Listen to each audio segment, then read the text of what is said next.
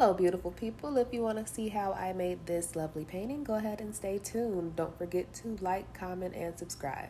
Materials required are 16 by 20 canvas, different color acrylic paint and paint brushes, 2 cups of water to clean the brushes, and paper towels to dab it off.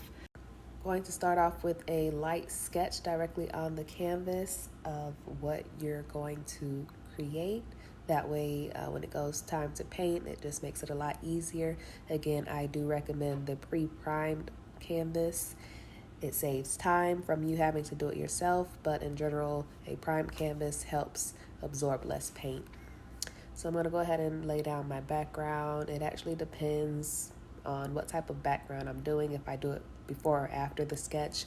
More simple backgrounds for me are easy to do after. This is the point where you just start to fill in the sketch with color, whichever colors you choose for whichever part.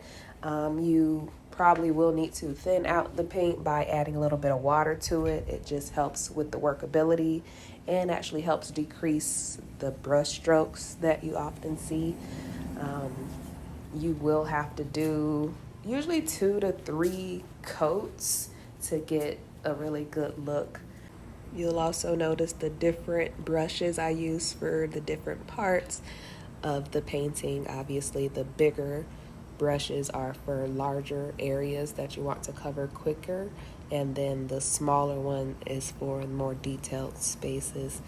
You can see here where I use the big brush to fill in the afro and then the small one for the details. I think on this particular painting it took 3 full coats. By this point, I am just kind of putting the finishing touches on everything.